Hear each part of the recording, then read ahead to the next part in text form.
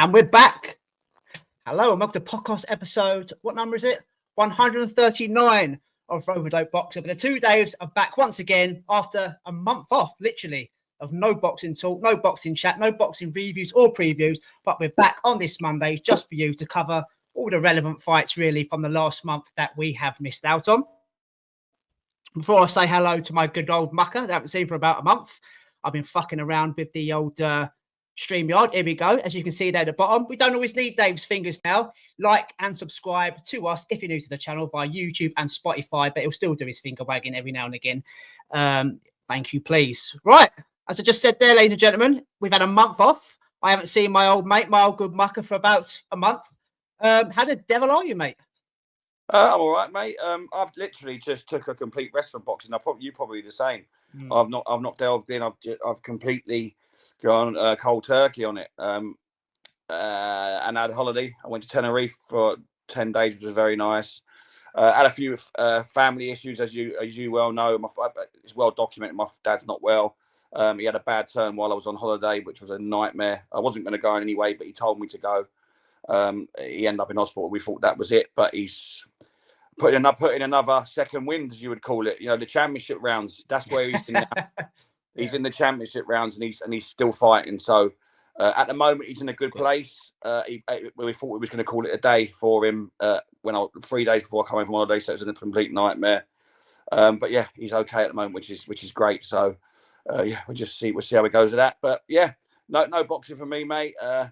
Came back to work after holiday, which is always a nightmare, and it ain't done a lot, mate. I've not been on the beers. I've not, the only thing I could say is when I was on holiday, we met Ricky Hatton doing his party trick in an Irish bar. I thought it was one off, but now I've sort of seen that he does it regularly. I thought it was just drinking Guinness. I thought it was just literally just drinking Guinness. That's his party trick, but obviously there's more to it than that. Well, they started following the bar on an Instagram after it, and every time he goes in there, they announce it. So I don't think he has to buy a drink in there.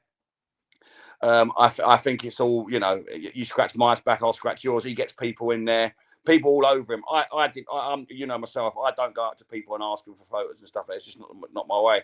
But Alfie was so excited. Alfie had a photo with him, and he was delighted. And then he got up and sung Oasis, which was great, which I've got on I might actually put it on the socials. But yeah, definitely. And that was amazing. I mean, all you can really hear is me singing it, and obviously I'm a great singer, as you know. But that was amazing. So I loved that. So that was a highlight, and so yeah, especially for Alfie, he loved it. So yeah, it was nice enough. But yeah, I thought that's the first time he's done it. I've since seen that he does it quite a lot in there. So it's his party trick. But I never see him go to the bar once. So I think they ply him with beers. You come in, make a bit of a show.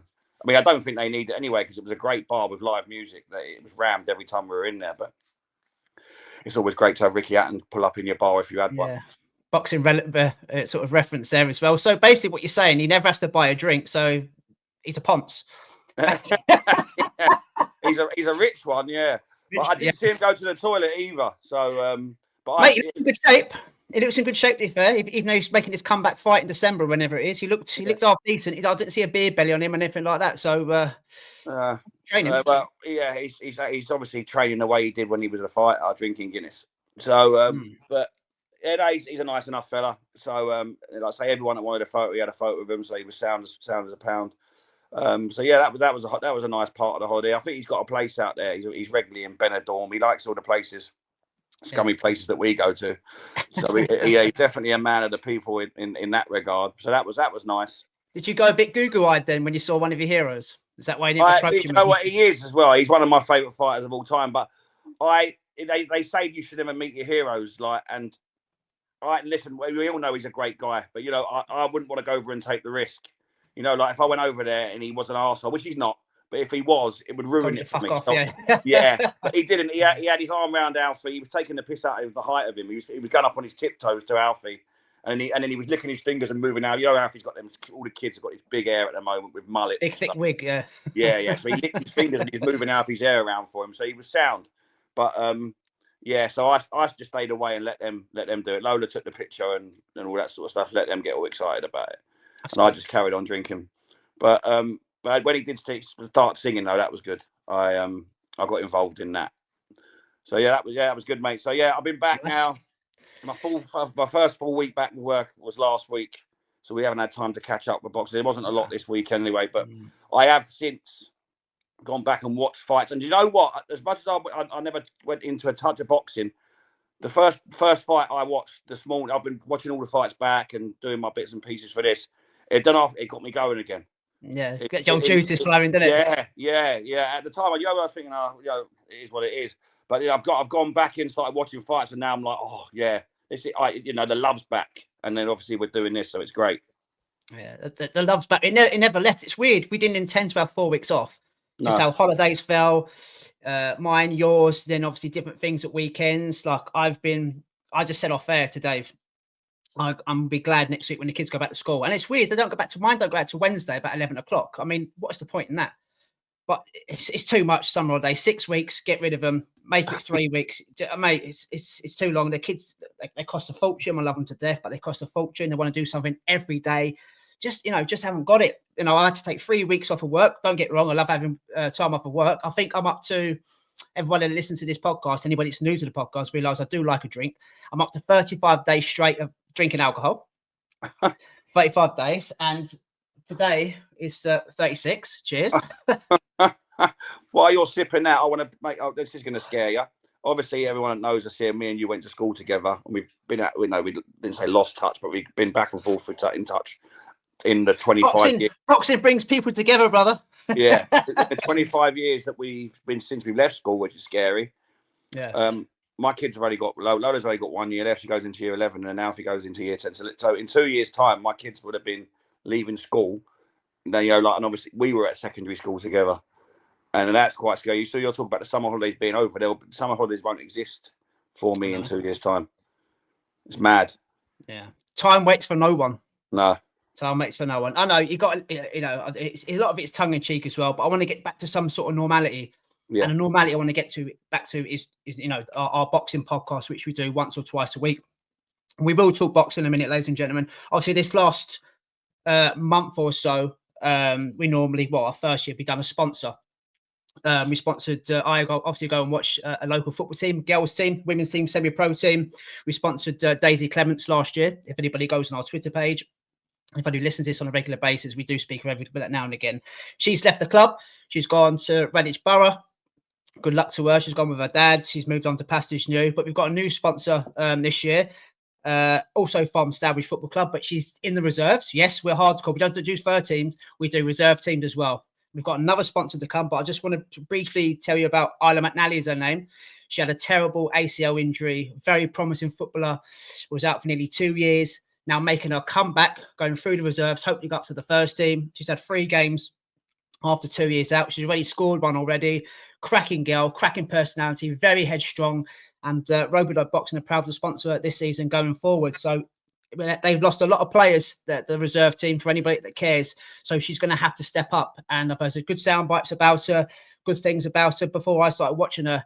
And I think she's going to have a really good season. If she can stay fit, she can stay healthy. She's got the backing of us on here. And we're back into the old sponsorship game. And there'll be another one to come as well. So no fucking about this year. Plus, we've got our winners' weekly wager, which will be going to a charity of your choice. Remember, this costs us. It doesn't cost you anything.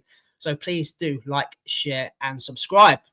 So, anything on the old sponsor, mate? Or do you want to crack straight into a bit of the old BOXING? No, she's actually follows me on X now as well. Looking forward. Like I say, I don't know as much about it as yourself. I do go to women's football with Lola. I've renewed the season ticket for this season for the Arsenal women's. I know it's a lot of a high level, but everyone's got to start somewhere. And if we can help in a little way, and as a sponsor in her, and she goes on to have a great season, and we'll talk about her a lot on here. And good luck to her. And hopefully when maybe one day when I come down for maybe your wife's party, we may meet or see him. But good luck for the season, and we will be supporting her on there. 100%. Right. Let's go back a month. I know a lot of people have watched a lot of boxing since then. They've seen other podcasts, but we are going to briefly go over everything, the relevant fights anyway, that we spoke about, which we predicted about, ones we didn't, and obviously what happened at the weekend. There hasn't been a huge amount, so we're quite lucky, but we have got a stack of boxing to get cracking into. And anybody that's watching via YouTube, you can see on my banner there, Zayas becomes champion at 22 but people were still critical. So obviously I'm talking about Xander Zayas. Go back, as I say, to the 26th of July, the MSG Theatre. Jorge Garcia Perez was the opponent for the vacant WBO super welterweight title, should I say. Unbeaten in 21, Zayas. Title opportunity arose, obviously, when Fundora dashed the belt in the bin, went on to different things, left the path clear for ranked number 1 contender Zayas against ranked number 2 contender in Garcia Perez. Really big fans of Zayas on this podcast, as you guys know, how his career is developed since I think he was at top rank from the age of 16 all the way to now as a 22-year-old. He's not just that puncher, he's become that kind of perfect boxer. Will he be another champion out of Puerto Rico after 12 rounds, or would it go 12 rounds? Unfortunately, for some people who are very critical, Dave, it went 12 rounds, but the scorecards didn't kind of lie. It was 116, 112, 118, 110, and 119, 109. Unanimous decision for Xander Zayas. I thought it was punch perfect. I thought he dominated every minute of every round. Perez, as we said, going back 4 weeks, is a typical Mexican. He came and just tried to knock Xander Zayas out. Again, looking at Zayas, every time he fights, there's improvement every time he fights. And a major improvement I saw in that fight, Dave, was his lateral movement, his defensive work, his way. He would get out of the way. Perez would swing a right hook, he'd swing a left hook, and Xander Zayas would be able to bob and weave, navigate his way around, get out of the way, step in and counter.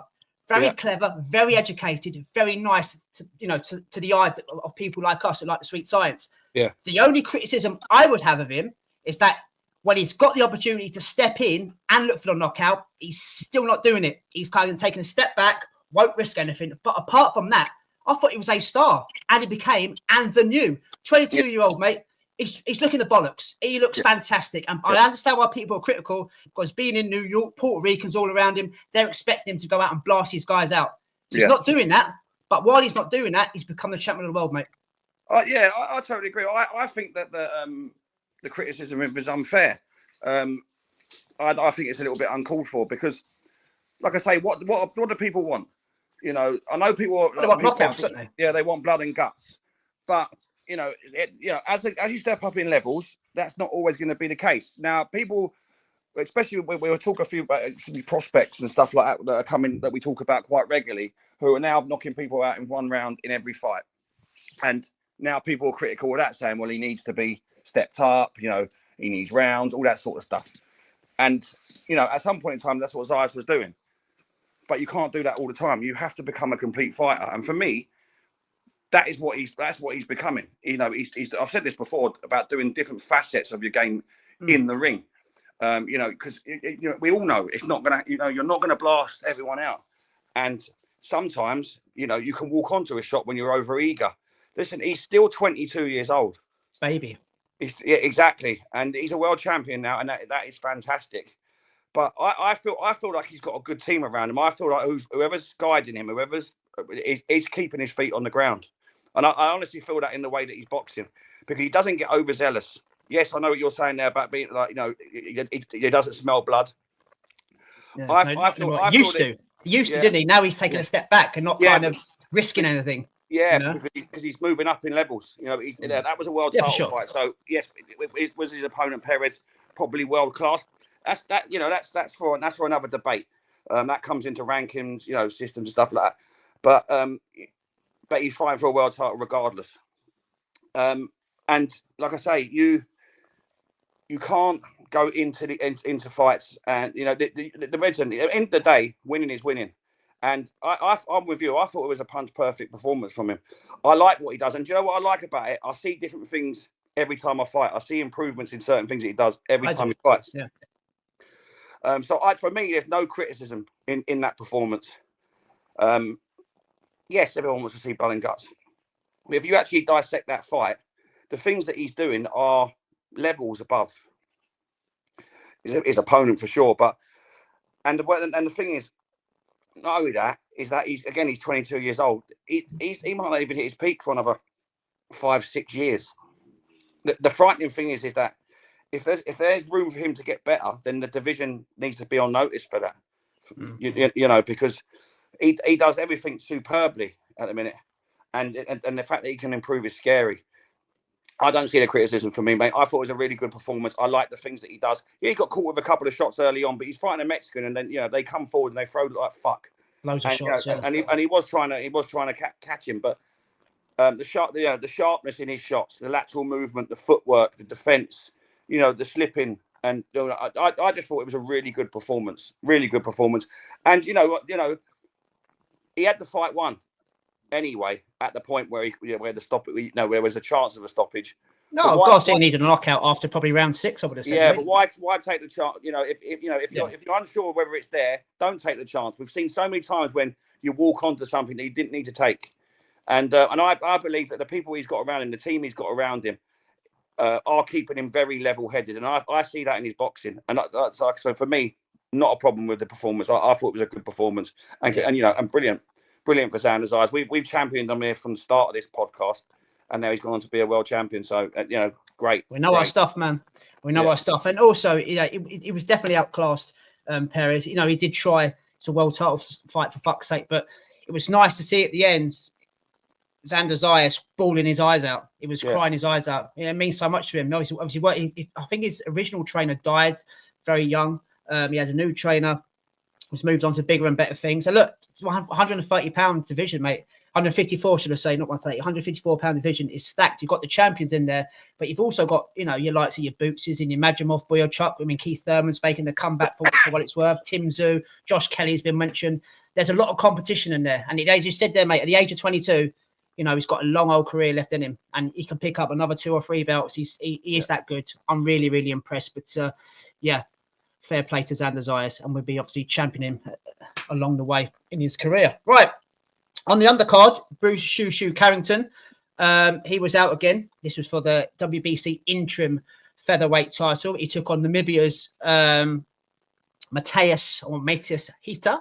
I think when we previewed this, Dave, we didn't give the Namibian a chance. As someone plucked out of Africa, didn't really understand the reason why he was fighting Shu Shu. Keep busy for a title. He was ranked in one of the sanctioned bodies, I think, and we kind of got it right to an extent. We both predicted a knockout. The knockout didn't come, but I've got to be honest, I was quite impressed with Hita. The first 2 or 3 rounds, he went forward. He went to close the distance. He tried to knock Shu Shu out.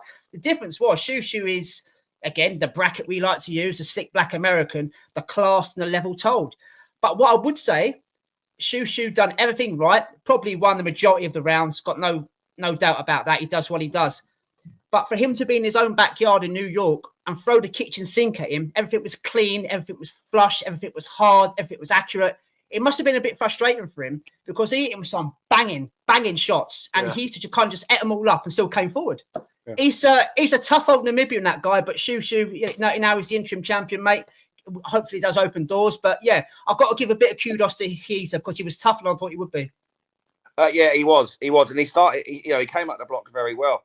And it took Shu Shu a little while to get into a rhythm. But it took him off guard a bit, I think. I think it took it off guard, how kind of quick at the blocks he came, But I think once he got into a rhythm, he was class. You see, we was like, there's been a couple of poo-pooed performances from Carrington a few fights ago, and we was unsure as to where he's going and stuff. But you see, then his last couple of fights, especially this fight, he's looking so good.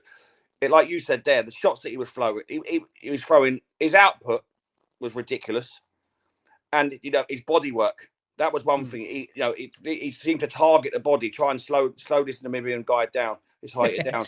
He tried to slow him down. Yeah, but and work to the body. But he's so accurate. He's so sharp. Yeah. And like I say, there was a few fights ago we were, Shu Shu. He had a couple of performances where we thought, what is happening here? Obviously he got the wins and stuff like that. But I think his last couple of fights, he's really started to shine. And again, now he's interim champion. That's going to give him a boost. He's definitely a player as well. He definitely is. And like I say, he's got every punch in the book as well. He really, really has. He's so sharp and he's so accurate, and you can hear them shots, them thudding shots. But then the thing is with him is that I say once he's in a rhythm, there's no stopping him. There's no stopping him. Mate, those shots he was landing, that's my point. That would have stopped a lot of fighters. A lot of fighters may have taken the knee. The towel may have come in. They were just bouncing off him. He was tough. So I'm kind of... Go on, sorry, mate. Sorry, mate, to jump in. And this is why, like we talk about Xander Zayas. you know, you get opponents like Haita for Shu Shu, where you know you throw every shot at the book at them, and you know, and they just do not move. Now, if you don't train yourself for that in your fights prior to that, you know, like leading up to that and having them type of, you know, knowing that can happen and you're not going to stop everyone every time. That's what you need in your career, you know, and then you need to box your way to a win and just be unanimous, you know. And I think Shu Shu figured that out probably from around 8 or 9. That listen, I you know, he can't miss, but he's not going to stop him. I can't get rid of the fucker. Yeah. So just, you know, absolutely pick him apart, and he did pick him apart. With like I say, his shot selection is amazing. He's, you know, he is, you know, and to me, he's another one now where, you know, we were on the fence. I was on the fence a few fights ago. That's completely gone now. Like you know, he's going to be a champion for sure. But he's in a division where there's some big names. But he is. But you know, he's another one that is a future world champion, and it's going to be probably his next fight or the fight after that. Well, you'd like to think so. Obviously, now he's the interim champion, the WBC. Obviously, the champion is over at PBC, Stephen Folson. Whether that can be made, hopefully, we've said before about Bob Arum and Al Heyman's so-called relationship. We'll see how true that is. But obviously, he's got other fighters in the same promotional company as Rafael Espinosa and Angelo Leo. What I saw of Nick Ball the other week, which we elaborate on a bit later, I've got a couple of reservations over what I saw of him. So, yeah, I agree, mate. It's only a matter of time before Shu Shu does become a world champion. Just before we move on, I just want to go back to Haita a little bit, because I mentioned there Shu Shu's now the interim champion. Nathaniel Collins, a Scottish kid who beat Lee McGregor in 4 rounds, smashed him up. Yeah. He's moved up to number 1. So, let's be honest, Nathaniel Collins isn't really getting a world title shot as of yet, unless, you know, Uncle Frank could do something with Nick Ball. You know, it's possible he can. But if not, if he wants to keep busy in the meantime, you know, bring Haita over to the UK. Give him Nathaniel Collins. See if Nathaniel Collins can get rid of him. Make like a Shu Shu a barometer. Well, you couldn't get rid of him. Let's see if I can. Because I honestly, mate, I took a lot out of Haita. He can be a guy that it's a hard night's work. Yes, you can outbox him, you can outpunch him, you can outthrow him, you can be, you know, got all the skills to pay the bills, but you can't get rid of the fucker. That's very interesting, you know. Yeah. You put him like you're already putting him as like a gatekeeper type of guy. Yeah, you could do if you like.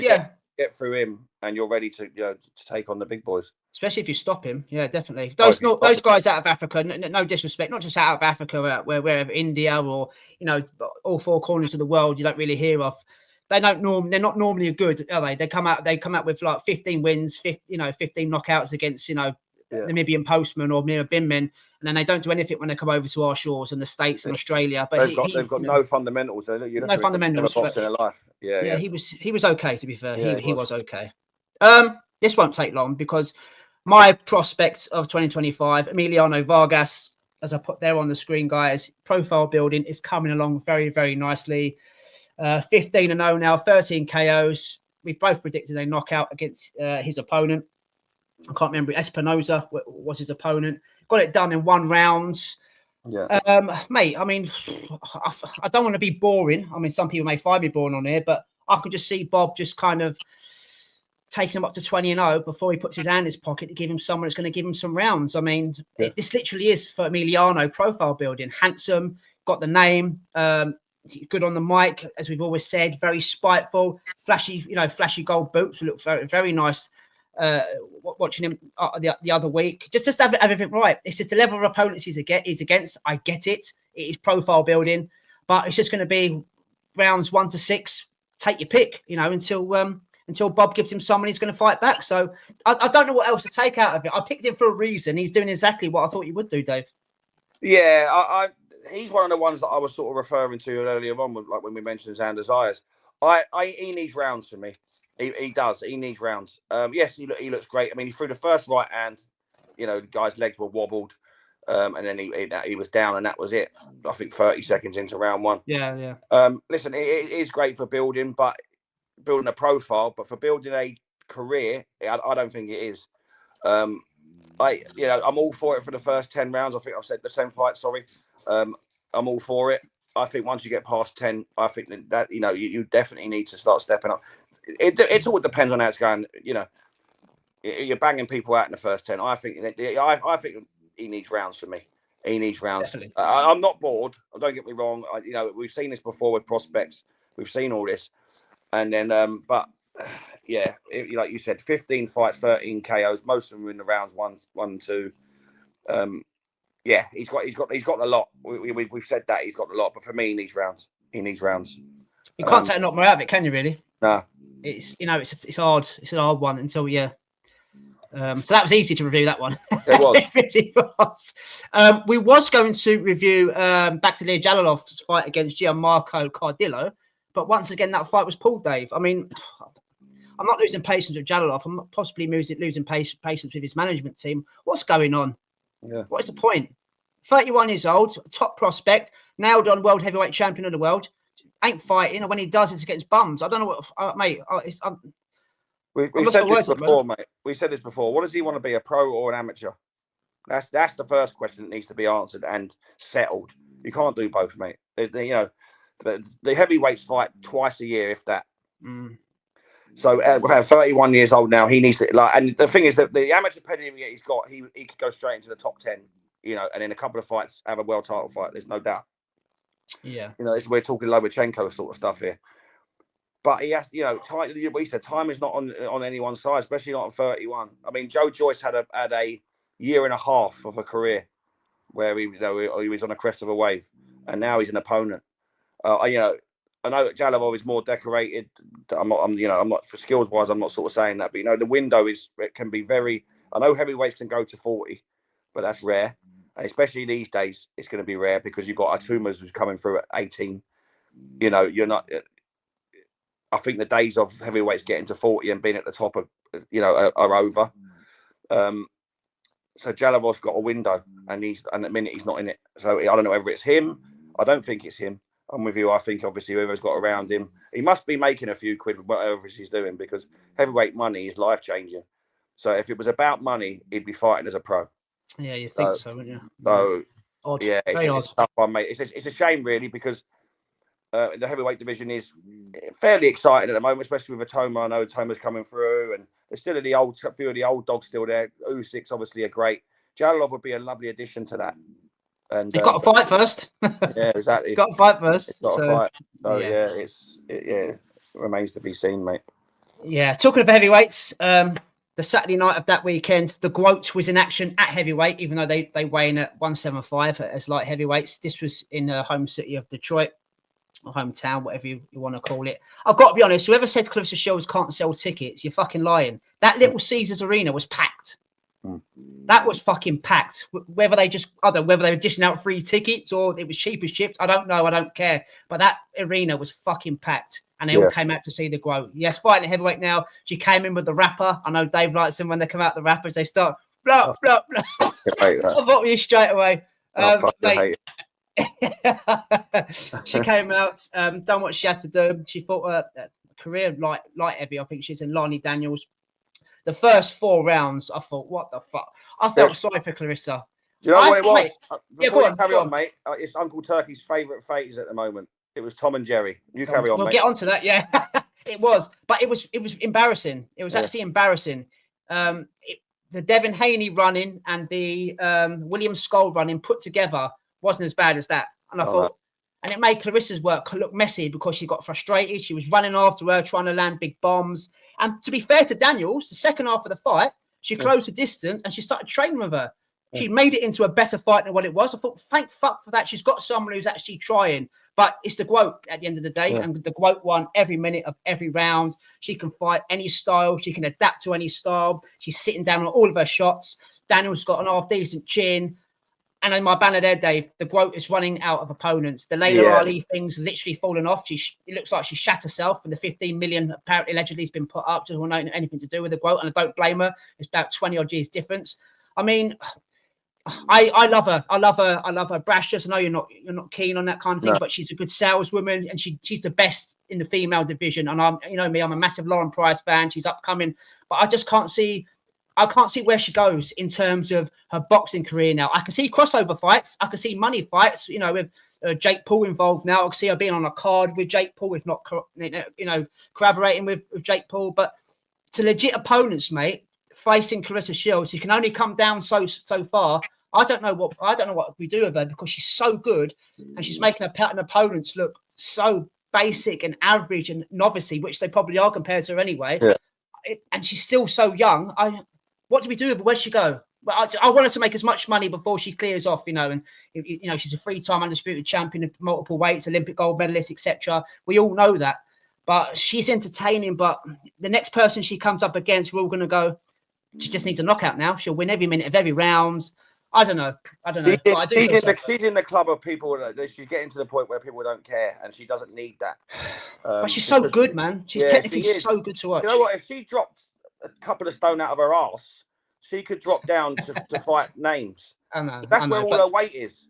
All her weight is in her fucking arse cheeks. But there's no names up there. So what do you do? It's going to be rinse and repeat, and then people will turn off.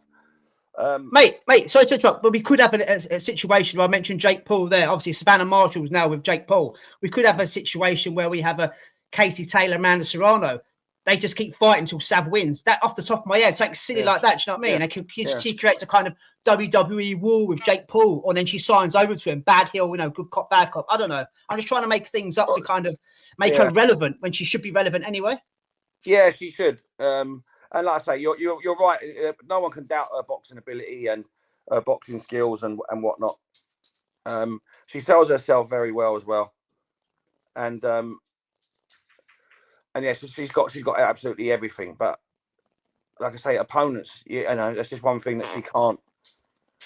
Control, if you like, control, and they're just not there, mate. They're not there. Like I say, Daniels, don't get me wrong. Like you said, in the second half of the fight, she showed she had a little bit about her. She could box. She definitely couldn't punch. She let herself down in the first half of the fight by the running, and exactly what it was. It's a joke. But there's no one else being built to be anyone that can take on Claressa Shields at any weight that she's in. So there's nothing that can be that people can get excited about. Like I say, every time there's gonna be an announcement for a fight for her, it's gonna be like, who? And then it's going to be there's no chance, and it's always going to be Claressa Shields is going to win, and that's what she doesn't need, because again she did set up that stadium. I don't know how much it held. There was a crowd there, but people in her hometown, they're probably supporting her because it's her hometown, and fair enough. But the boxing fan is women have got it tough as it is, and they need names, and names are hard to come by in any division. And this is what we talk about every time we talk about the women's, is the pool. She should be put on a pedestal, really. Of what she's doing in the game. She should be put on a pedestal. But as we said before, the difference between her and Katie Taylor's got the CV of names. Yeah, that's what I mean. She's dance partners, and that's it. Claressa doesn't have dance partners. She had it with Sav, and they could have sold that very well. But she, like I say, this heavyweight sort of thing, she's gone up to where there's about 8 fighters in the whole division. As many as that, is there? I don't even think there's that, but I don't think I know. I mean, what do you? There's nothing you can do, mate. There's nothing you can do with it. No. But just wait to see who she faces next now, and we'll probably have the same conversation going on and on. We'll be talking about the same thing every time a fight's announced with her. Yeah, never mind. Anyways, let's jump over to the UK. Ryan Garner, the Piranha, versus Reese Bomber Bellotti. We said this would be a great fight. It was a British, Commonwealth, European, the best belts you can get before you go up to world level over at Bournemouth International Centre. We were talking about Reese Bellotti having those 6 wins after his nightmare fights he had. What did he lost? Was it he lost 7 in 5 or something daft like that? I can't remember off the top of my head. But he was thinking about retirement. He's got a great Indian summer. He's mid-30s now, on the crest of a wave, like that Dave likes to say. Ryan Garner was going to hopefully prove that he was one of the best, or not the best, featherweight 130 super featherweight prospect or champion in the UK. 9 times out of 10 British fights always deliver. And this one certainly did. It was back and forward. Bellotti won a round, in my opinion. Garner won a round. With swing rounds in there. But I do think that the boxing skills were just a bit more better from Ryan Garner. Bellotti had his moments. As I said, he won his rounds. I didn't think he won many rounds, but he was always in the fight until the latter end. The gas tank of both men. I was surprised at Bellotti's gas tank. It did last just until the stoppage in round 12. There was questions over the stoppage, Dave. I thought it was fair. I thought he ran out of gas. He looked hurt. But yeah, Ryan Garner, fantastic fight. Fantastic guy. Can sell tickets. There was a massive Southampton crowd down there for him in Bournemouth. I know it's not too far. But fair play to Reece Bellotti. I just think the fight delivered. It gave us exactly what we thought. And Ryan Garner, as we've said on this podcast, is very talented. Yeah. And Reece Bellotti is a great stepping stone going forward now for the young man. So he got the stoppage in round 12, Dave. Just look, he looked like the piranha. He had too much bites. And obviously the Indian summer, we talk about that a lot. It's come to a halt now. And obviously Josh Padley is the next opponent for Bellotti, literally being fed to the wolves. And that may be the end of him. But going back to the fight, mate, as you can all tell, guys, I thoroughly enjoyed it. Yeah. And I think you did as well, mate. Yeah, it was a really good British encounter. I think that the styles gelled beautifully. It was about who had the best engine, and at 35 for Reece Bellotti, I think that again he was just a little bit behind Ryan Garner when it came to that, which meant that I thought he started really well. To be fair, I thought he won. Maybe but out the first 6 rounds, you could. There's an argument he probably won about 3 or 4, depending on what you're looking for, because he did catch Garner quite a lot, and I was quite surprised. Yeah, he did. But I always felt that was going to be the case with Bellotti. I mean, I don't get me wrong. I thought this was maybe a little bit too soon for Garner. I thought Bellotti probably the way he was going would have just a little bit too much. But not only did Garner match him for output and for the pace of the fight, he had more in the tank, and he could press the fight. And I just feel like for every one punch that Bellotti threw, the 2s and 3s were coming from Ryan Garner, and they were accurate. And I think it just at the end there, it just sort of broke his heart, broke his will. It was a relentless pace, and from Garner, which is what he has, and we know that he has that. I don't want to put it down to Bellotti's age, because I don't want to disrespect what. He was in the fight, mate. He was in the fight. Yeah, got to remember as well. Sorry, mate. He was the more experienced. He was the more seasoned. Yeah. It was kind of youth versus. Not, I wouldn't call him an old man, but it's experience versus youth race. It wasn't obviously youth trumps. Sorry, mate. I just feel like the engine was the difference in the engine, and it was probably the difference in the end. For in this fight, but it was a good close fight, especially like you said in the first half of the fight. Bellotti he won his rounds, and I just feel that he fell off the pace in the championship rounds, the back end of the fight, and that's where Ryan Garner, came strong, showed his youth, but he also his output, and what's really sort of they don't talk about is his accuracy. His punch accuracy is very, very good. His combinations are fast as well, aren't they? Yeah, his hand speed is very, very 3 or 4, bam, bam, bam, bam, move out, bam, bam, bam, bam, pivot out, bam, bam, bam, bam. And like I say, I thought the stoppage was correct. I feel like Bellotti was about to get knocked out, and it would have been a hefty one. So yeah, I say we're advocates for British title fights and how good they are. This one lived up to it for me. And fair play to both men. Based on that, like on that performance, it's not the end for Bellotti for me. Yes. What if he loses to Padley? Dave?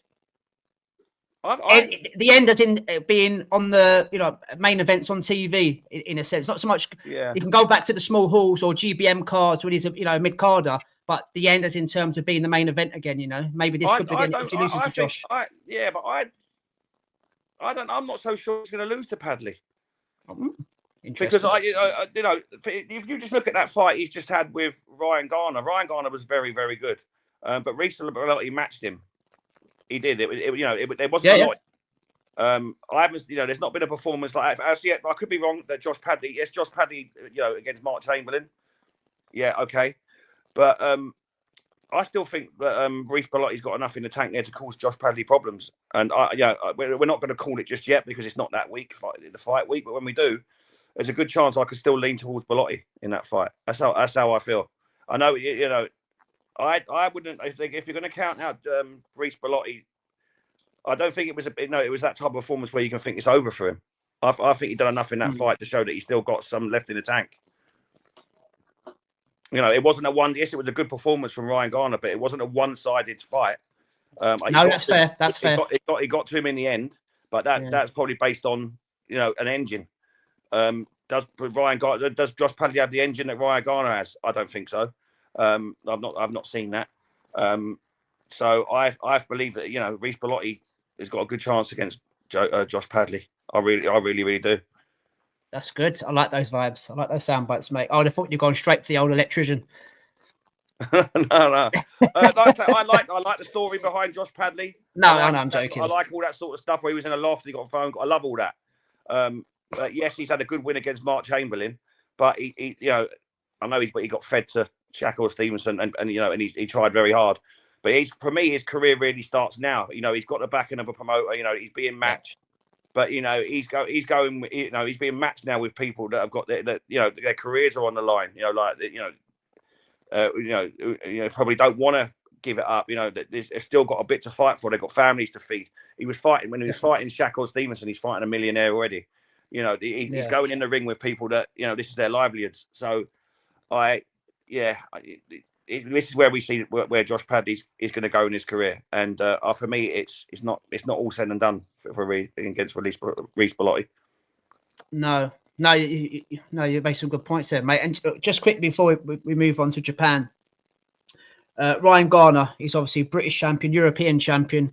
I don't like fighters looking back, but obviously that's not always how it works. It depends what work you can get, who's available, etc.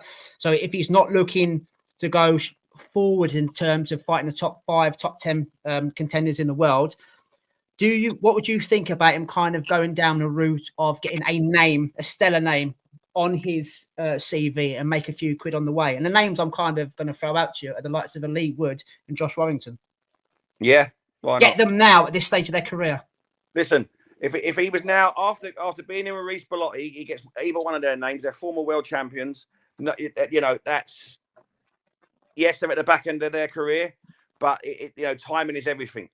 So you have a former world champion on your record. Then you can go in with maybe a gatekeeper, or fringe world level, then bang, into a world title. So I've got no issues with either one of them. And like I say, time is everything. And for me, it's the right time to get either one of them. The reason why I say that, Dave, because there was a certain Japanese fighter on the Riyadh card, which we'll come to very shortly. That's right next to him I think it's the IBF rankings, which may be a massive banana skin if he wanted to go that way. So the likes of Lee Wood and Josh Warrington make a couple of quid as the B side, or possibly the A side because he's got the belts. Might be worth a shout. And I think at the moment the form he's in, I think Ryan Garner can quite easily, well, not easy, but I think he's got a great chance of beating Lee Wood and Josh Warrington. So yeah, there's definitely options out there for him for fair play. Right, Japan. I put there, Teraji shocked by Sandoval in Japan. Now, I didn't watch this live, guys. Doing the notes for the podcast, obviously, we missed a few bits. I went and watched this fight yesterday. Instead of watching the highlights, I watched the whole bloody fight. It was fantastic. I mean, flyweights don't get enough love. We've always said this, not just us, other podcasts. Teraji, the rhetoric was for him to beat Sandoval. It's a unification fight. Galauya fight to get through his kind of interim fight against the Mexican that failed the drug test, Rodriguez. Those two meet either in Japan under Uncle Honda and all that kind of thing. It's fucked up really for both of them. Obviously, it was out of Galauya's hands, but Teraji on that Wednesday afternoon in Japan. I mean, Japan fights midweek never disappoint. A bit like the British title fights. He was a heavy favourite going into this. Sandoval, I mean, he started so fast, and I think this is what fucked it up for Teraji. The first kind of 3 to 4 rounds, Teraji was just looking for one punch. For a flyweight to not have much output was odd. Was he ill? Was he injured? Did he overlook Sandoval? I don't know. Mid-rounds, Dave got back into it, put Sandoval down. And I thought, well, this is it now. He's in Japan. He's probably going to need a knockout, or he's going to be very, very dominant to get something in Japan. He stayed at the same pace for 36 minutes, Sandoval. Championship rounds, it was a fucking war. They were knocking fuck out of each other. I thought Teraji might have done just enough. But when you watch the whole fight back again, Sandoval was brilliant. He was absolutely brilliant. He had his moments again. He won his rounds. He hit Teraji with some big, clean shots, some nice combinations, nice footwork. But the engine, we know flyweights have got the engines anyway. We're not comparing we are comparing flyweights to heavyweights. But because he was on the front foot for the whole fight, he's just done enough to get that win. And I watched it because I didn't really know too much about Sandoval. I've got to be honest. Everyone knows about Kenshiro Teraji. But yeah, I know I've got to admit we've got a few more fights to go through, but this is one of my favourite fights I've had to review. Absolutely entertaining from end to end, Dave. But I think Teraji he might be kicking himself now because he started just too slow. Pretty slow. Yeah, I totally agree. I think that it was the right winner. The scorecards were a little wide. Yeah. The scorecards were wide. I think one of them was 110, 117 or something. That's ridiculous. Yeah. But I would say about a round for Sandoval, and it was purely for the start. He was throwing 3s and 4s to Teraji's 1 shot, and that happened for the first 4 rounds. So Sandoval was coming forward, throwing lots of shots. Started really, really quickly. For me, he sort of won the fight in the first half. And then in the second half of the fight, the rounds become closer, so it was more about what you liked. But yeah, Teraji, his output wasn't the same as what we're used to, and that was a difference in the fight for him. He dropped Sandoval with a lovely shot. I thought that was it then. I thought, right, it's a 10-8 now. But Sandoval went straight back to what he was doing originally, straight back on the front foot, and throwing 2s and 3s combinations. Really impressed with him. Really impressed. Yeah. And then halfway through the fight, I was thinking, I've got Sandoval winning, but it's in Japan here. He'll do well to get a decision here. That's my thoughts. Straight after the knockdown, Dave. Sorry, mate. Straight after the knockdown, my thoughts were exactly the same as yours. Yeah. And then obviously 10, 11, 12, Teraji was, he was throwing those combinations. He was coming on strong. Yeah. But Sandoval was matching him. So, I mean, people are saying for a rematch. I'd be happy to watch. Sorry, mate. I'd be happy to watch a rematch. But if Sandoval wants to go a different way and get the other belts, if it makes more sense to him financially as well, then let him do it. Let him do it. Yeah. So, sorry, mate. I always felt that Sandoval had the last say in the exchanges, and I felt like that was the sort of the difference, But it was a great fight. Oh, brilliant! Action packed. Again, I'd love to. I would, no problem seeing the rematch. If I was Sandoval, I would probably try and unify before going in with Teraji. I don't think Teraji would fight the same fight. I think he would be better in the rematch. I think he maybe got him at a good time. Again, it was for me. It was the start of the fight in Teraji. He took too long to get into it, too slow, and for me, he lost the early rounds. And I think they were closer going into the championship rounds, but again, Sandoval seemed to always have the last say in the exchanges, and I feel like that was what swayed the judges. The judges were a little bit too kind to him, I believe. I think it was a lot closer. I had it about a round. But it was a fantastic fight. Mate, it'd be interesting to see what happens with the Galawia fight now as well. Obviously, he had that beating against the drug cheat. Yeah. It hasn't been a no contest as of yet, but if it does go to a no contest, Galal could be ordered to fight Sandoval. Yes, pre Rodriguez, you would have said, well, Galal is the guy. It's the Teraji fight we want. But would it have left a mental scar on him? The version I saw of Sandoval on that Wednesday probably stops Galawia fight. So it's interesting. I'm worried. I'm worried about Galawia fight. I have been the whole time we've spoken about this. It was the manner of the defeat. Now, yes, all the drug stuff sort of come out, and he's juiced up. But now there's a blueprint. And the way that Sandoval fought against Teraji, if he fights that way against Galawia fight, it's a similar sort of beating for me. Yeah, I agree. Yeah. So it worries me. That does. Yeah, mate. Fair fucks to him. Fair fucks to both fights. It was a really entertaining fight, and that's what we want to see. Right, let's jump over to Riyadh. You've got a big smile on your face. You're a prospect of the year last year. Just speaking about beatdowns, I put there Moses 316. Now, don't ask why I put it. I'm not a Bible man, not a biblical man. I don't know what 316 means. Rest it back in the day. Stone Cold. Was it John, Son of God? I don't know. I'm just making stuff up. But it just sounded good. The Bible, I think. Yeah, there you go. Sounded good. Moses 316. I've kind of gone in on every fight. Dillian Whyte was the opponent. Main event 2 weeks ago in Riyadh. Just said, Dave, take this one away because again, it's lasted around just like a couple of the fights we've already spoken about. Where do you want to start? Do you want to start with Dillian Whyte, what he looked like, his attitude going into it, his age? Do you want to talk about his previous fights, or just there's nobody on the planet by Usyk that's probably going to put a dent in Moses right at this specific time? I liked Dillian Whyte in fight week. Again, I'm not a massive fight week fan. Did you? I like the way. In what sense, mate? In what way? See, I was the opposite. I know I said let you take over, but I was kind of the opposite. To me, he had the vibes of that Tyson Fury fight. Like he felt like he was a beaten man. I took different vibes from it, Dave. No, honestly. I only see certain interviews, and I felt That's like fair. I liked what he was sort of saying. Okay. There was big talk about the way that he looked. So he looked like he trained for this fight, which I liked. He looked like he was taking it seriously, again, which I liked. The only thing I don't like is that he's sort of is. I don't know how his brother, but his brother just seems to get interviews like Dean. I don't know where he comes from, like, but he's heavily involved in interviews, like, Anyway, It's not his real brother, is it? It's not his biological brother. No, I don't think so. I think they're just very good friends, and they're just called each other brothers. I think he's his manager. He's part of his management team, isn't he? But yeah, everyone says Dillian White's brother Dean. But yeah, but I see more interviews of him than I do Dillian White in a Dillian White fight week.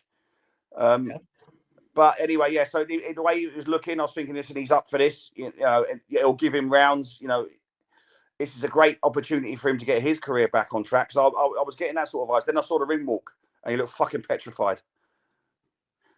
And I thought, as soon as I see that, I thought, here we go. He didn't look like he wanted to be there. He didn't do his whole howling shite that he usually does. He looked like he was one of these sort of lamb to the slaughter. Definitely. And then that was before he even started. And I was like, oh, here we go. He got into the ring, and Moses absolutely picked him apart. And yes, he got the stoppage in round one in the first minute or whatnot. 119 seconds, wasn't it? Yeah, if you look at the way that he set it up, though, the way that he stepped in and stepped back out, his footwork, he went to the body, brought Dillian White's hands down, then hit him with a right cross. It was, it was unbelievable. It was amazing for a heavyweight. His hand speed is unreal. His footwork is unreal, and he just literally picked him apart. It felt like lightning in lightning fashion. It was amazing. And when they slow it down and show how he did it, it was something out of the gym. It looked like something he'd done on a heavy bag, But it was the footwork, It was just amazing, mate. Absolutely amazing, and he's absolutely just destroyed. Yes, timing's everything. But it's a name. It's a name. Yeah. And you know what? Hindsight's a wonderful thing, but if you looked at that really at the stage of his career, it was a risk. It was a risk. Do you reckon he's cashed out, Dave? Do you reckon he's cashed out? Yeah. I do. Yeah, well, Chisora was offered the same thing, and Chisora was always hanging around. He's quite funny in the interviews and stuff, and he was offered the 2 or 3 million to go in there, but he said I don't want that in my 50th fight. So fair play. At least he was honest. But if Dillian White didn't get into this fight, who's he going to go in with?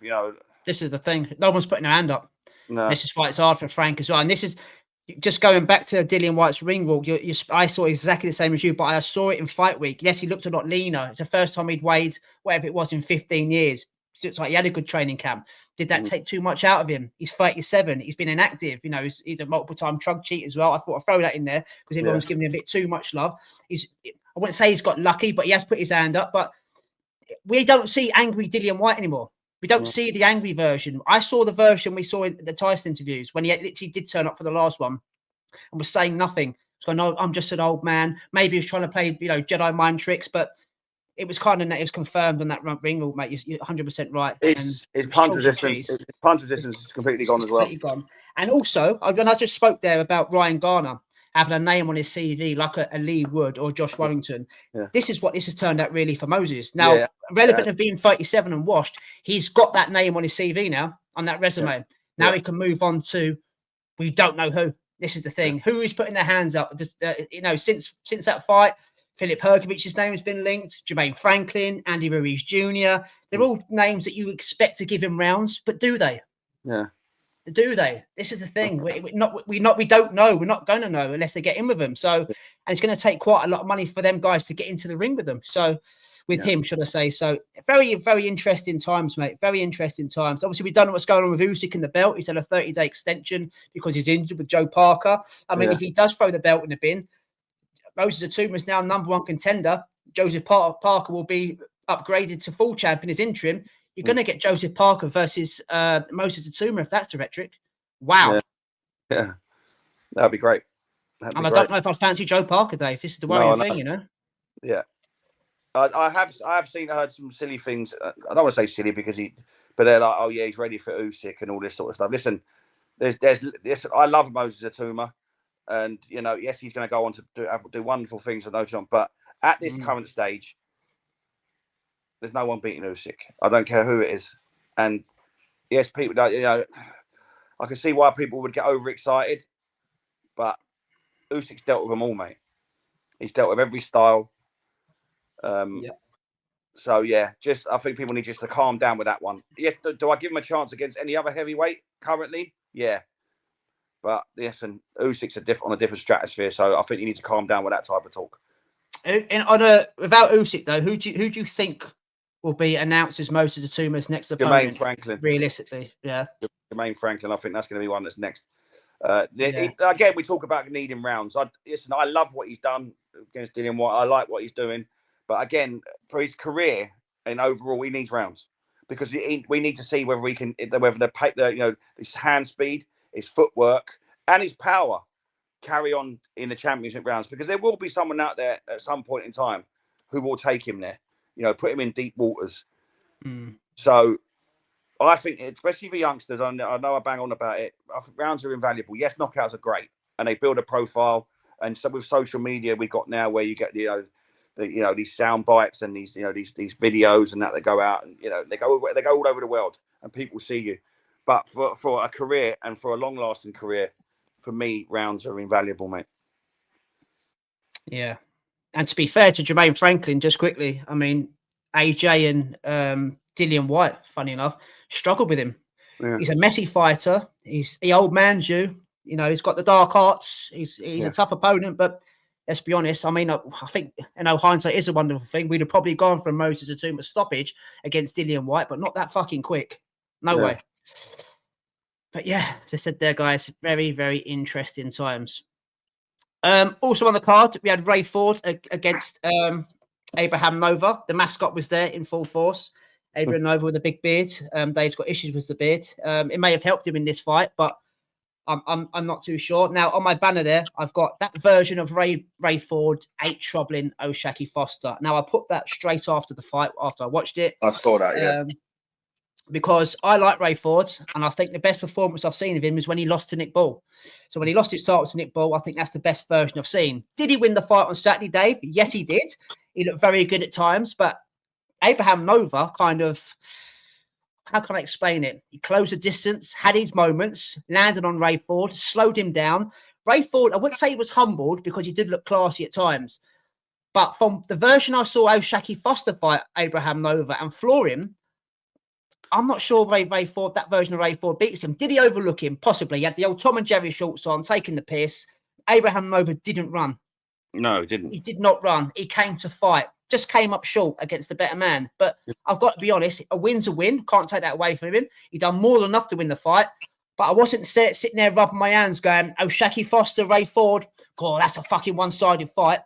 I think O'Shaquie Foster beats him on that. But styles make fights, and it's a fight I want to see next. But yeah, Ray Ford against Abraham Nova. Remember, Abraham Nova wasn't a late-minute replacement. It was supposed to be Ford against Kakachi, which might have been a better fight. Nobody's going to know until it actually happens. But yeah, what did you make of the fight, Dave?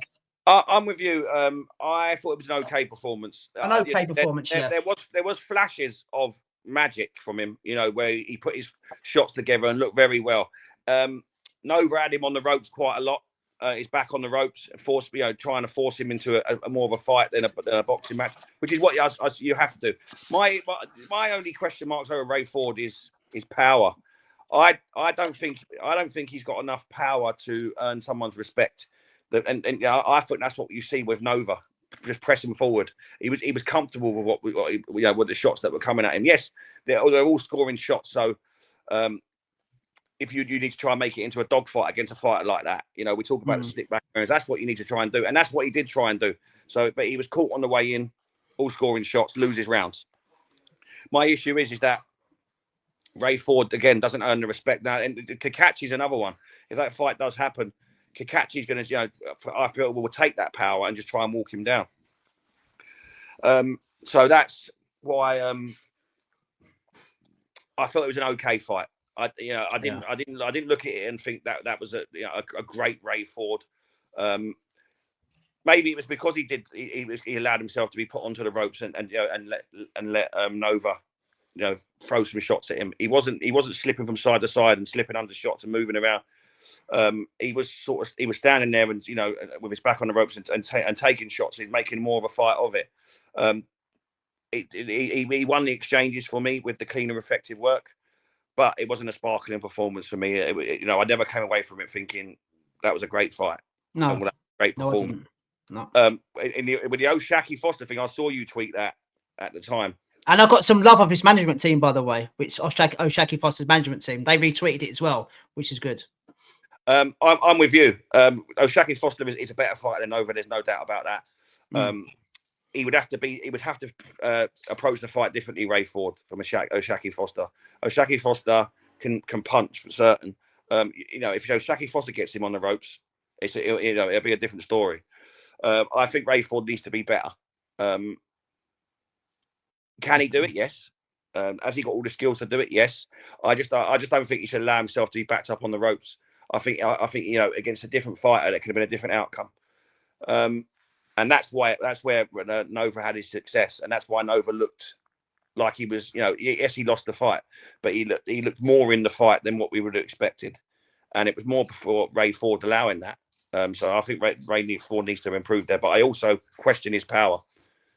I do question his power. If you've got a certain amount of power, people, they're very wary of, committing.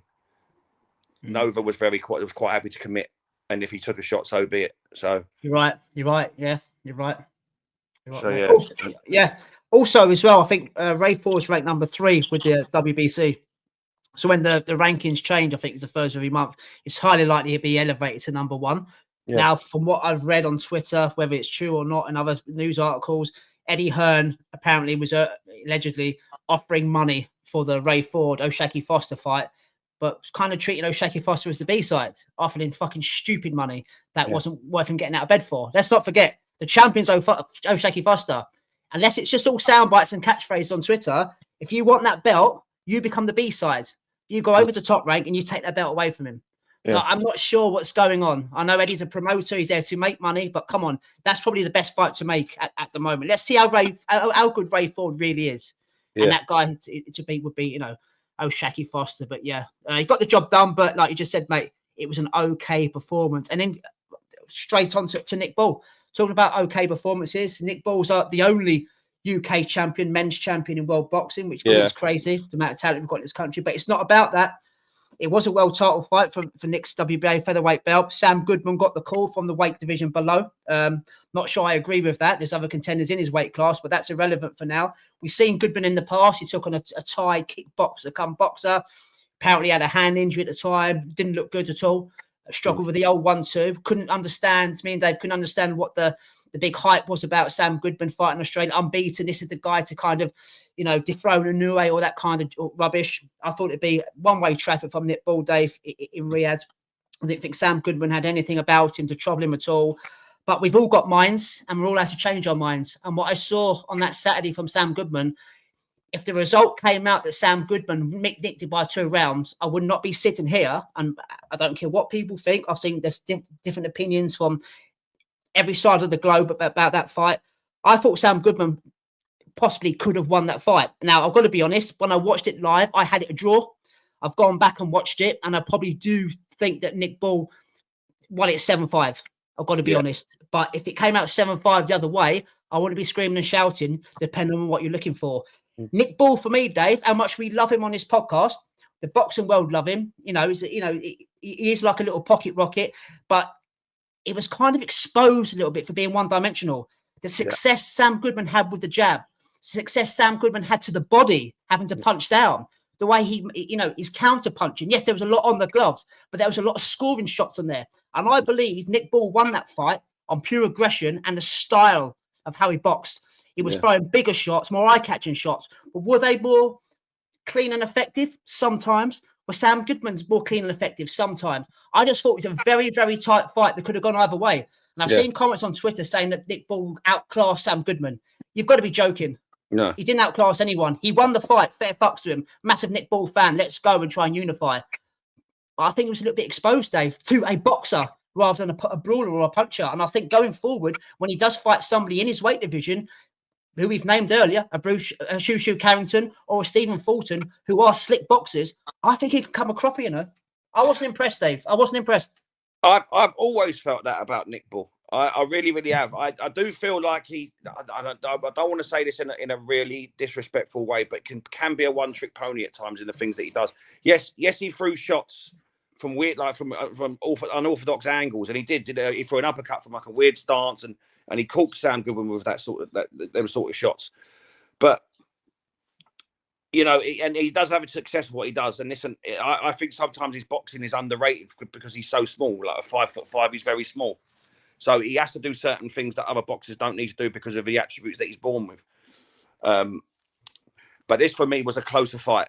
He had trouble with Sam Goodman's style, Dave. Let's be honest. It's not poo-pooing Nick Bull because we're fans. We want him to do well. But he struggled with Sam Goodman's style at times. And it could have gone either way. He did. And you're right to compare him with these slick black Americans because the Americans are better boxers, but slicker than Sam Goodwin. And when I was watching this fight, to be fair, when I was watching this fight, I had this sort of question in my mind: has Nick Bull sort of hit his ceiling? I don't know as well. I don't know what he can do differently in fights. And I think that when he does lose, hopefully he doesn't, because I'm a big Nick Bull fan. But when he does lose, it's gonna be someone that's worked him out. You know, he's going to be worked out very quickly. And we talk about blueprints. I don't think you'd have to sit down and study a great deal to figure out a blueprint to beat him. Yes. Listen, what was the guy that he drew against? Was it Vargas or was it? No, Ray Vargas. Yeah, Ray Vargas, who was like 6 foot something. Now, based on their attributes alone, he could have just left him on the end of a jab, and he should have won that fight easily. Now, Nick Bull is a bull. You know, he does slip under, he does throw lots of shots, and his boxing is good. But you know, just in general physics, you should be able to outbox him. Now, my concern is that Shu Shu Carrington, the way that he's fighting at the moment, I don't see him having any issues with Nick Bull. And it pains me to say it because I like Nick Bull, he's Brit and all that sort of stuff. He's our only world champion, but I think Shu Shu Carrington will work him out very quickly. Yeah. And he's so accurate. He's so accurate with his shots, his footwork, his speed. I think that he just keeps Nick Bull at bay and boxes. I'd stay away from him. Yeah, I agree. I'd stay away from him. I'd actually go for an easier fight in another champion in Angelo Leo, someone like that. Yeah, that's totally more winnable. Yeah, that is a more winnable, and there is winnable fights out there for him. I just don't think anyone with slick fundamentals. I think anyone with slick fundamentals beats Nick Bull, because Nick Bull, he like I say, don't get me wrong. I think that for his size and the way that he is, I think his boxing's underrated, but he sort of rushes in, and I think he rushes in and throws lots of shots. But I think that the lateral movement of Shu Shu Carrington, catching him on the way in, do you know what it reminds me of? And I don't want to. It reminds me of like a Hatton sort of Mayweather, where Hatton is trying to push, and you see when Mayweather stops him, where he's rushing in, he clips him, and he headbutts the ropes. I see that's how Nick Bull will get beat by someone like a Shu Shu Carrington. Yeah, it's a fair analysis, man. It's a fair analysis. You know, don't get me wrong. Some of the shots that Nick Bull threw in that fight, like I talk about that uppercut from like a weird sort of stance, you know, where it's like Mike Tyson sort of esque, was a beautiful shot. But he did have issues. He did have issues with Sam Goodman. Yeah, I thought he did. Sam Goodman. I mean, the scorecards were a joke, by the way. That has to be mentioned. The scorecards were ridiculous. Yeah. Sam Goodman should come out of this fight with a lot of credit. Like you said, I think Nick Bull did just win it. Yeah. But it was a really close fight, and the scorecards don't suggest that. Sam Goodman, has a right to be hard done by them. Yes, he lost the fight, but they weren't as wide as that. Nick Ball definitely didn't win the fight 110, 117 or whatever it was. No, he didn't. And that goes to show you that those judges, those WBA affiliated judges were looking on pure aggression. Yeah. You know, because they both had success. Yes, one was more clean and effective than the other, you know, but Sam Goodman had a lot. I was surprised how much success he added to the body and as well. Also as well, like, obviously there's been talk of Nick Ball, Inoue, you know, they have to move weights and whatnot. Yeah, forget it. And Sam Goodwin, the pair of them in that fight, they're nowhere near Inoue, either of them. And it was a good fight between the pair of them, don't get me wrong. But we talk about Usyk being on a different stratosphere. Based on that fight, Inoue's on a different stratosphere to them. Yeah, forget it. Hrgovic, David Adelaide, mate. Round 8. Take it away. Round of the year so far. Jeez. Adelaide, right? He was gassed after about 3 rounds. Yeah, punch yourself out. Yeah. Then in round 8, he bangs the chest, like, which they always do that. Come on, stick the tongue out. Come on, banged out. Yeah. Get put down. As soon as they do that, they get put down. And Adelaide gets put down. But fair fuck to him for getting up. And he had Hrgovic. Was he well walled? I'm not sure. But he threw the kitchen sink at him. If he weren't as gassed, if that was a fresher version of David Adelaide, possibly could have got the stoppage. But Hrgovic has got some chin though, Dave. And he's fucking hell. How many combinations did he take off him there? About fucking 10. He'd be good. He'd be good for rounds for Itauma. See with Adelaide. Do you know what Adelaide gives me when it comes to gas tanks? Is the Anthony Joshua vibe. There's too much muscle there. You know, Frank Bruno sort of vibes, where they're aesthetically lovely, like Adonis's. But you can't do a 12 rounds well with that carrying that around with you. It just can't. And that's what I get with Adelaide. Listen, fair play to him. Hrgovic frustrates me because we mentioned him before. Flatters to deceives, I think we said before, mate. Yeah, he still does. Yeah, he still does. But listen, I don't want to be critical of Adelaide, but everyone's giving him props for going the distance. And he did have a couple of moments. Round 8 was fantastic and fair play. Listen, I will give him props for. He was happy. He was willing to go out on his shield. I think he was fighting on instinct, fighting on heart, emotion, wasn't he?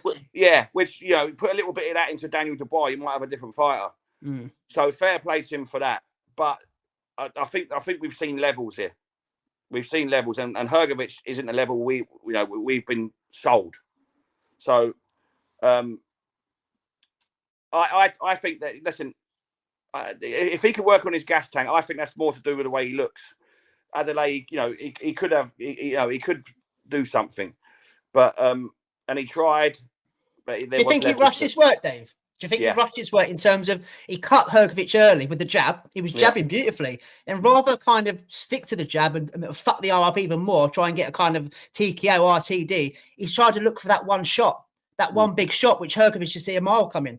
Punched himself out, and kind of Hrgovic took over, didn't he? Just as I'm saying, he rushed his work or got the game plan wrong, rather than look for that one big shot. Carry on using that jab.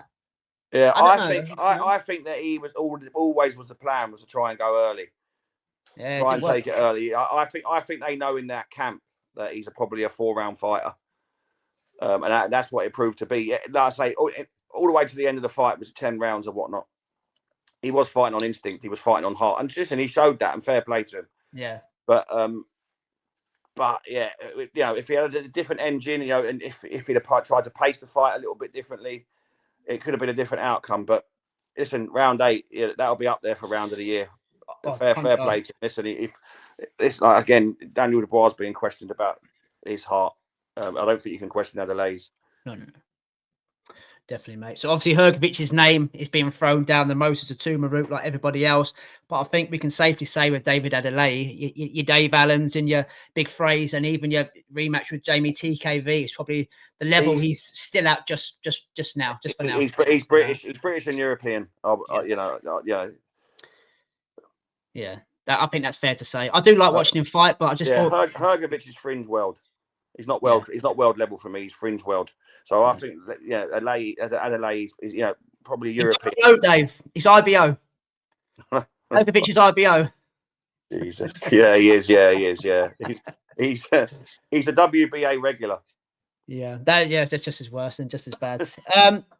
Just quickly on this card, I did mention about a certain Japanese fighter earlier that Uncle Frank might not want to put near Ryan Garner. I'm talking about Hayato Tsutsumi. Never heard what I had heard of him, never watched him fight. I think there's about 50 million Tsutsumis over in Japan, so it's getting the right one. He's another ambassador for Uncle Turkey over on the Riyadh season. He took on Case Ashfaq of the UK, British Pakistani Olympian, got good skills, good fundamentals, stellar amateur, loads of medals coming out of his arse. Got onto the English Japanese kid, Dave, and I'm going to use the words of Barry Jones on comms. Won it, not even getting out of second gear. Yeah. I liked everything I saw about this kid. He's going to be a problem at 130. I think Ashfaq boxed really well, mate, until he got put down the first time. Didn't like the power and just started circling. Yeah. But the Japanese kid was a feet or two quick, got on the inside, nice counter punching, bang, bang, put him down again, bang, bang, put him down again. And, and the fight was stopped. It was very impressive, should I say, from this Japanese kid. And I can understand why Turkey's taken a bit of a shine to him, mate. Yeah, absolutely. And I like the fact that he smelled blood. I did think, is it Ashfaq, yeah. Ashfaq, yeah, sorry. Ashfaq, he looked a little bit petrified after he got put down once. He thought, oh, hello. Even in his ring walk, I think he looked his eyes were a little bit wide, and I was thinking he don't look up for this. Don't fancy this one. Yeah. But there's a lot to like about Tsutsumi. Like I say, he's spiteful. He's relentless. He smells blood. He's skillful as well. He ain't just a puncher. He doesn't look like just a puncher. So no, and he's very. He seems very tall and gangly for that weight as well, doesn't he? So he's big boy.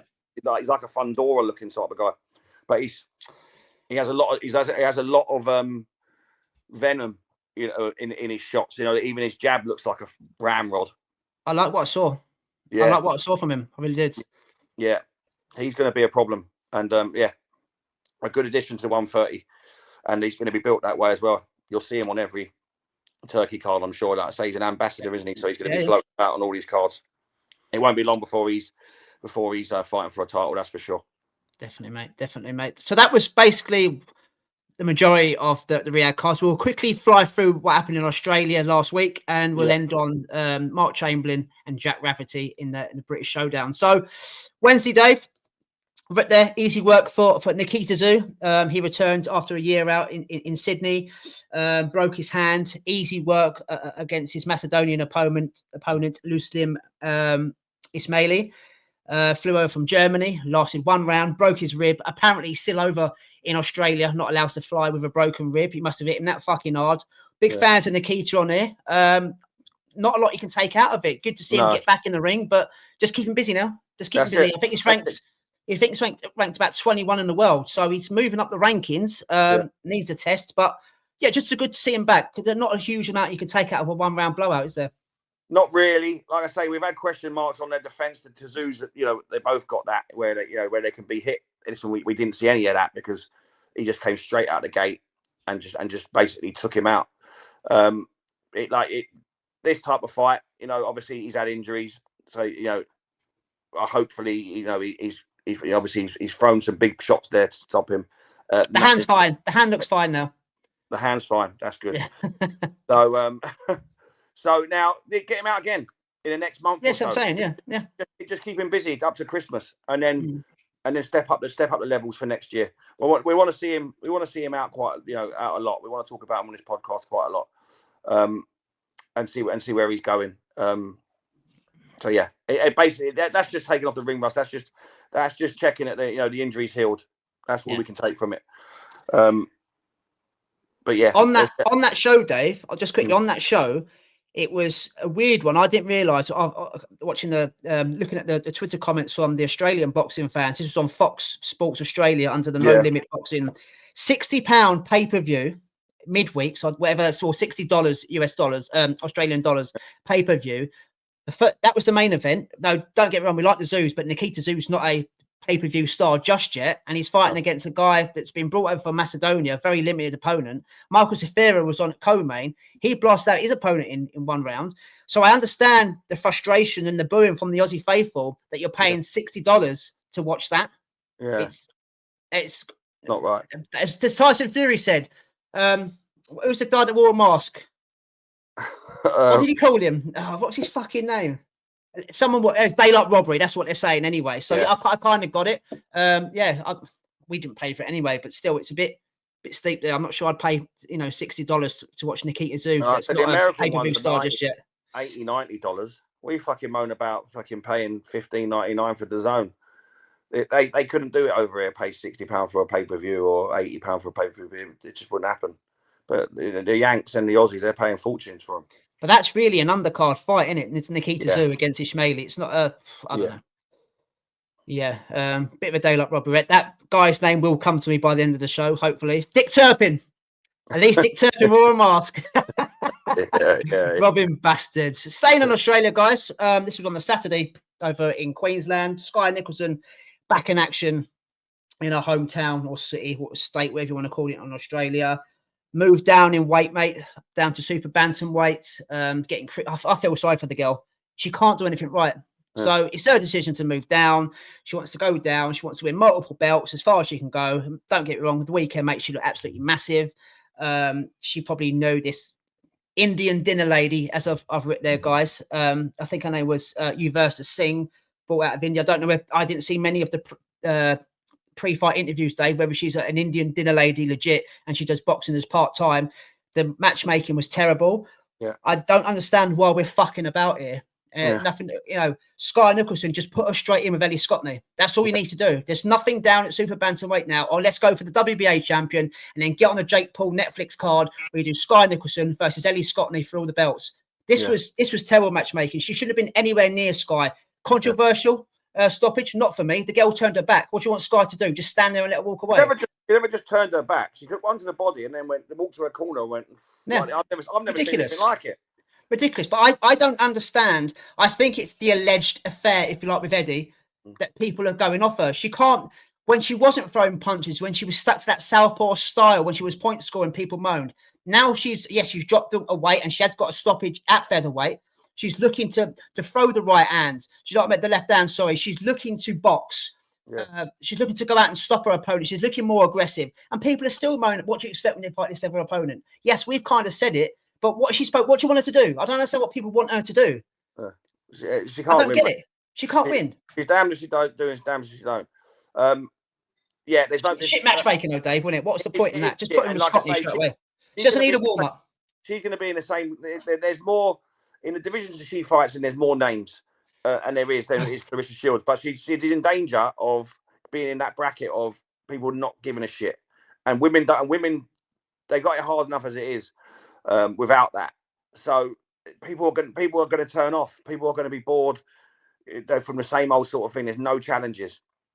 Ellie Scotney is a great fighter, and that's a great fight. And again, we talk about you don't need a warm up for that. That can be trilogies, rematches. That can go on. You know what I mean. If the names are not there, fight each other and just keep doing that, making coin. Selling out. Yeah, I understand she wants to get paid, Dave. Of course, everyone wants to get paid, but she wouldn't have got a lot for this. But still, I mean. Did they just look at this mate? It's terrible. Did they just look at her record because she's got knockouts? Never fought out at New Delhi or wherever it was. It says on her CV.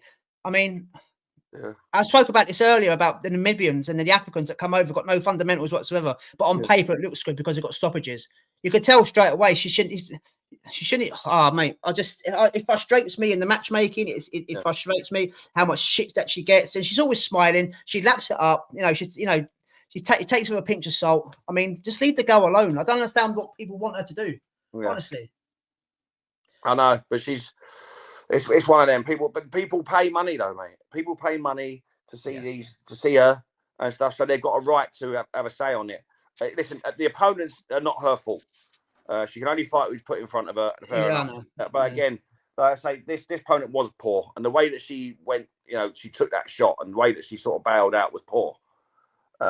So that's not good for Sky Nicholson, but that's not her fault. She didn't do that. But it needs to, like I say, to drum up interest, it needs to be names, and nothing else will do now, mate. Nothing else will do. So if it's not names, we're going to have these same conversations until there is, and that's just the way it's going to be. And there's going to be people that are critical. I'm not critical of it. Do I want it to be in my names? Yes, but I'm not going to slag her off. No way. I've done anything wrong. No. So yeah, until there's names, mate, it's going to be the same old thing. Yeah, poor old Sky. Will Eddie give Jake Wiley more work? Jake Wiley, ladies and gentlemen, you'd know that it was a late replacement when George Kambosos fought in Australia. Was ranked, I think, was ranked daft like 200 or 300 in the world. Put in a good job against Kambosos as a late replacement. Maybe some people thought he should have won the fight. Got a 3 or 4 deal with Matchroom and Eddie Hearn. He's won 2 on the spin now. Took on Yusuf Dib at the weekend, brother of Billy Dib. Most people in the boxing would have remembered Billy Dib fighting against Amir Khan back in 2019. He's in remission at the moment. Had cancer and he's on the mend, which is great to hear. But yeah, he looks. I don't know how to explain Jake Wiley, Dave. I know. He's good on the eye. He's aggressive. He looks to fight, but it sounds really weird. I don't know what to do with him next. I don't know where you'd put him. I don't know what you do with him. Who would you put him up against next? Where does he go? He's not really ready for a title. He's a very good domestic Australian fighter. Do you bring him over here? Bring him over here. But I don't know what. Yeah, but I don't know where or who you put him against. It sounds really silly because people watching or listening to this might start be throwing out names. Well, you put him against so and so because he's done this with Kambosos. I totally get it. But I just don't know who you'd match him up with. And obviously, will Eddie give him more work based on his 2 performances? Probably, yeah. Right, like especially not in Australia, anyway. We talk about pools in the women's, but Australia is the same, mate. And the pool of fighters over there is slim. So if you really want to get him out there and build his profile, bring him over here. Yeah, the best Aussies are over here, aren't they? In Australia, and then, put him with a British level fighter, a British level fighter or somewhere along them lines, and then try and build him that way. Do you know what I just thought off the top of my head? Obviously, being a matchroom fighter, I can see just Eddie giving him to Richardson Hitchens in terms of keep busy for Hitchens, take a voluntary off the same guy that's in the same stable, and something crazy like that. Yeah. Honestly, mate, I'm going to put it out on Twitter. What do you do with Jake Wiley? And I mean it in a positive way because he's done nothing wrong. Where does he go? And you probably nailed it, mate. Bring him over to the UK. See how good he is against some of our boys. I mean, yeah, I like what I see anyway. Done a good job. Got a unanimous points decision, mate, against Yusuf Dib. Yeah. Onwards and upwards, really, isn't it? So yeah, that's it. Yeah, he's a hard one to match. Yeah, strangely, but yeah. Right, let's end the show on a high. Mostly been highs anyway. Haven't took too many disappointments on the fights that we've covered. Planet Ice, Altrincham on Saturday night. Jack Rafferty versus Mark Chamberlain for the British and Commonwealth titles, the lightweight titles, should I say. Get your words out, Dave. It's been a long day. Great matchmaking, as when this was announced, Dave. I remember saying I'd rather pay money to watch this than Devin Haney against Brian Norman Jr. because I know Devin Haney on his last performance runs. Rafferty doesn't run. Mark Chamberlain doesn't run. They're going to meet in the middle and go fireworks. I thoroughly entertained this. Loved watching every minute of this on Saturday night, Dave. Rafferty, he's got a great gas tank. Mark Chamberlain coming off that bad defeat against Josh Padley. Uncle Turkey's favourite fighter, or was his favourite fighter. No one's talking about him anymore. He's disappeared off the face of the earth. He's made a comeback, and it was a draw. It was 114 on 2 of the cards, and I thought that was spot on. Best fight I've seen, apart from Teraji and Sandoval over the last 4 weeks. British title fight obviously delivered. Both had success. Mark Chamberlain was cut. The cutman done brilliant to make that cut last for the whole 36 minutes. Wasn't pissed into his eye, so kudos to him. Rafferty had his moments. Chamberlain had his moments. I couldn't split them, Dave, and that's what made it such a good fight. 50-50. Do you want to see it again? 100%. Yes. Yeah, it was again British fights, mate. British title fights, amazing. It's blood and guts. It means something to them, and this fight delivered. It wasn't a skillful fight. It wasn't one of them ones like that. It was just pure, you throw one, I throw one. It was, they take one's on the back foot and the other one's on the back foot and pushing forward. I thought Chamberlain looked a bit classy at times with the old, there was a couple of 2-3 combinations that he put in, and he pivoted out of the way and let Rafferty come to him and stalk him a bit. But yeah, you are right that it was mainly rock'em sock'em at times. There was a bit of a phone box for it. You throw, I throw. There's a lot of clean work, a lot of effective work. As I said, there Chamberlain was cut. Rafferty was marked up as well. So, to be honest, I've got no issues with the draw. No, I haven't. I thought it was spot on. Well, I think I could have maybe gave it to Chamberlain by a round. I just think that he had a little bit more output than Rafferty. Now I know Rafferty was stalking at times, you know, and he was on the front foot, but I always felt that there was more punches for being, you know, Rafferty would throw 2, but Chamberlain would throw 3. And you talk about it. I just felt that, you know, if we're going to go with the fine margins, which this fight was, it was a fine margins type of fight because they both gave it their all. It was a very close. I've got no issues with a draw, by the way. If I was going to pick a winner, I would have said it just edged to Chamberlain, just based on a slightly little bit more output when they were throwing their combinations. Like you said there, he threw 3 shots, then slipped. I can't remember Rafferty doing that. Now I know Rafferty was on the chest and he threw, you know, but I just felt like there was more punches thrown by Chamberlain, and I think the stats sort of showed that, but I'm not basing it on that. I'm just basing it on the optic test. Yeah. But I just felt like there was, you know, there's a little bit more output. But again, you know, they both the rounds were tight and they could have gone either way. And the draw is probably a fair result. But if I was going to pick a winner, I would have just probably leaned to Chamberlain. But Chamberlain's now, like I say, Josh Padley with Chamberlain is just, I wouldn't say he's setting back, but the opportunities he's having to go into these ultra and fighting ice rings. He kind of has, Dave, and has to go into really tough fights. Yeah, that's setting back really, because he was more or less promised a world title shot because of Uncle Turkey's influences if he would have come through Padley. Yeah, that's what he was saying, and it's kind of it has kind of gone backwards a bit. I mean, look at now. Me, you, and the boxer world want to see this part 2. Chamberlain's not on course for a world title fight just yet. We were supposed to have Sam Noakes against Chamberlain. That was the rhetoric. Now Sam Noakes is fighting Abdullah Mesa for a world title. So it has pushed him back, that Padley defeat. Yeah, you know, the big stage, the Riyadh, your Wembley stadiums. Now, like you just said there, the Planet Ice Ultranum. He's have to work his way back up. It's only 26. Yeah, but you know what though? But now he's in tough fights and tough.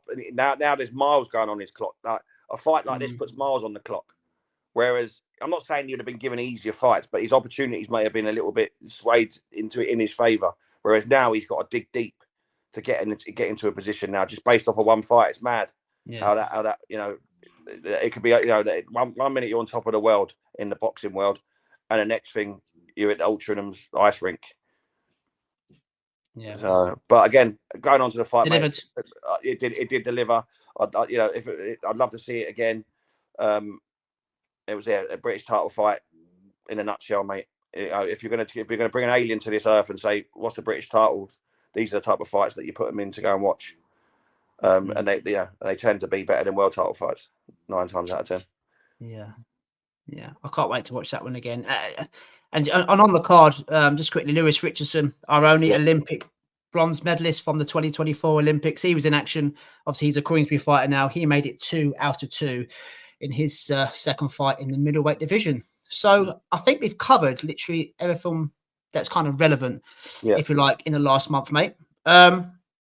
So I normally say performance of the weekend. So I'm going to go for performance of the month. You've got a lot to pick for. Can you remember if we just got through?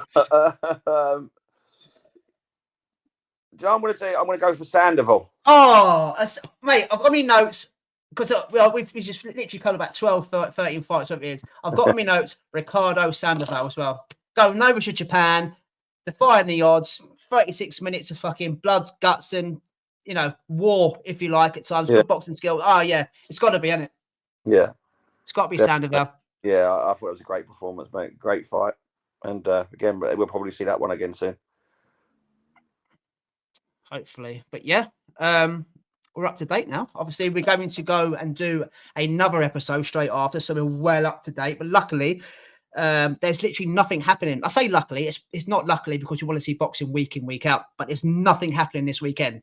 So our next episode straight after this will be purely David McDonald. We'll have an update on the Winners Weekly Wager and our prediction league. So it's like we're going to have another week off, Dave. And then obviously the week after, we've got Michael Conlon, Oscar Valdez, and the killer Sugar Nunes back in action before we go into Canelo versus Crawford. So we're going to have another little bit of a break. But anything to add, mate, before we fuck off and then to do a bit of David McDonald on another episode? No, mate. All good. I'm glad to be back. It seems like we've been away for ages. Hopefully all our listeners are still there. The thousands and tens of thousands that listen to us. Hopefully they're tuned back in. And and we give it another good crack. Yeah, so that's it, guys. That's the end of episode 139. As I just said there, well, if you notice, if you're watching on YouTube, just popped up, like, share, and subscribe, the little button or the little thumbnail if you like. And we'll be right back for episode 140. Wherever you're listening, at whatever time, have a great week or weekend. Stay safe, and you won't enjoy the boxing because there ain't none happening.